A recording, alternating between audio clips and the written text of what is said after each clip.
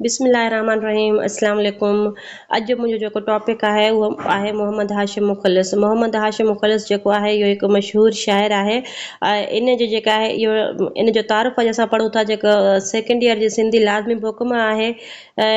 ट्रखड़ जे मशहूरु इल्मी ख़ानदान मां सिंध जे मशहूरु शाइर हामिद जो फर्ज़ंद हो। मुख़लिस सिंधी शाइरी में पंहिंजो ख़ासि मक़ाम रखे थो। संदसि तबियत में गज़ब जी रवानी हुई। हिकी निशस्त में 100-150 शेर चई वेंदो हो। अदबी झेड़नि झटनि में संदसि तबियत जा जोहर खिलंदा हुआ। अख़बारूं ऐं रिसाला घणा ई कढियाई ऐं बंदि कयाई।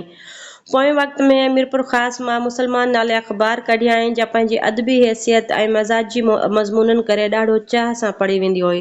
शहर में पुख़्तगी ऐं ख़्यालनि में रवानी आहे। ज़राफ़त ऐं ख़ुशि तबे संदसि तबी ख़ुसूसियतूं हुयूं। संदसि मज़मूननि ऐं शहरनि में नुमाया नज़र अचे थो। इहो माना इनखे ईअं जेके आहिनि असांजा 10 या 11 MCQs निकिरी ईंदा। सभ खां पहिरियों जेको MCQs असांजो थींदो मोहम्मद हाशिम मुख़लिस कहिड़ी ईस्वी सन जेको आहे कहिड़ो आहे 1860 ईस्वी में। त हिकु असांजो MCQs इहो थी वियो।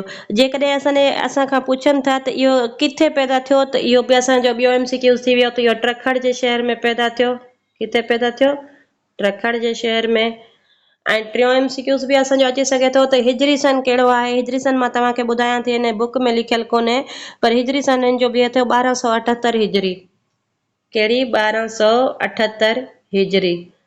इहो आहे हिन जो हिजरी सन। उन खां अलावा जेको आहे हिन जो असां ॾिसूं था हाणे त मोहम्मद हाशिम मुख़लिस जे वालिद जो नालो छा हुयो।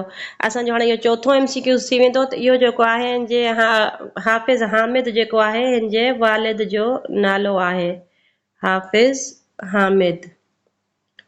त इहो असांजो थी वियो 1 2 3 4 MCQs हिन मां निकिरी आया। हाणे असां ॾिसूं था अॻिते त इन्हनि जा जेके आहिनि ॿिया कहिड़ा MCQs असांजा निकिरी सघनि था। इनखे जेकॾहिं ॾिसूं त कॾहिं कहिड़े जेको आहे दौर में पैदा थियो त इहो दौर जेको बि ईंदो इहो अंग्रेज़नि जो दौर थींदो। कहिड़े? अंग्रेज़नि जे दौर में पैदा थियो। खां पोइ ॿियो जेको थिएसि थो त मोहम्मद हाशिम मुख़लिस हिकु निशस्त में अटकल केतिरा शेर चई वेंदो हुयो त हे आहे 100-150 उन में आहे हिकु निशस्त में 100-150 शेर चई वेंदो हो। उन खां अलावा रिसाला अख़बार रिसाला त घणा कढिया अथसि, पर जेके पोएं वक़्त में मीरपुर ख़ासि मां कहिड़ी अख़बार कढी अथसि त उहो जेको आहे मुसलमान नाले हिकु अख़बार कढी अथसि। त 7 MCQs असांजो इहो थी वेंदो। उन खां अलावा हिन अल-अमीन अख़बार बि जेको आहे कढी आहे। अल-अमीन अख़बार जेको आहे उन खां सवाइ ॿियनि अख़बारनि जो एडिटर कोन रहियो आहे।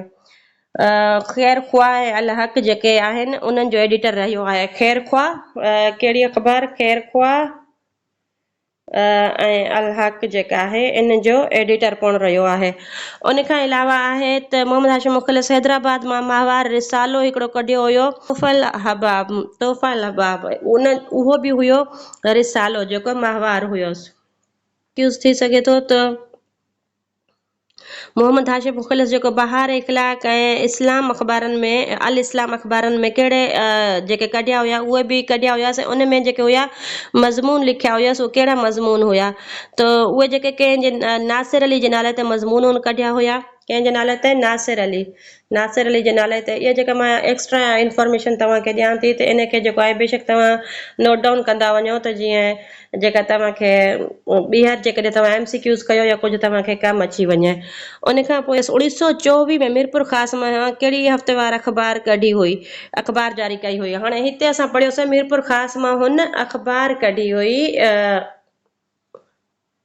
पोएं वक़्त में, मतिलबु जॾहिं 1934 में वफ़ात कई अथसि त कॾहिं हीअ अख़बार जारी कई अथसि? 1924 में, मरण खां 10 साल पहिरियां। त इहा जेका हुई हफ़्तेवार अख़बार हुई। कहिड़ी हुई? हफ़्तेवार। उनजो नालो छा हुयो? मुसलमान अख़बार। हाणे इहा जेका आहे मां तव्हांखे एक्स्ट्रा नॉलेज ॾियां पई जेका हिन बुक में न आहे। उन खां पोइ आहे हिन ॿियूं बि अख़बारूं कढियूं उन्हनि जा बि मां तव्हांखे नाला ॿुधाया। हिकिड़ी आहे ख़ैर ख्वाह बि आहे, अल-हक़ बि आहे, अल इस्लाम, उन खां पोइ बहार इख़लाक़। इहे जेके आहिनि तव्हां हिन जा नाला नोट करे वठो। मोहम्मद हाशिम मुख़लिस कॾहिं वफ़ात कई? असांजो लास्ट MCQs आहे त मोहम्मद हाशिम मुख़लिस जेको आहे 2 फ़रवरी 1934 ईस्वी ते वफ़ात कई आहे। 2 फेब्रुआरी 1934 ईस्वी ते जेको आहे हुन वफ़ात कई आहे। इहो हुयो जेको अॼु जो असांजो टॉपिक पूरो थियो। इन जे जेके ग़ज़ल वग़ैरह आहिनि असां उन ते ॿी वीडियो ठाहींदासीं। सिर्फ़ु अॼु असां जो तारुफ़ पढ़ियोसीं। उमेद आहे त तव्हांखे वीडियो ॾाढी सुठी लॻंदी। ऐं मुंहिंजे चैनल ते नवां आयो त हिकु नंढिड़ो अर्ज़ु आहे त मुंहिंजे चैनल खे सब्सक्राइब, लाइक, कमेंट लाज़मी कजो ऐं मूंखे ॾींदा इजाज़त। ओके, अल्लाह हाफ़िज़।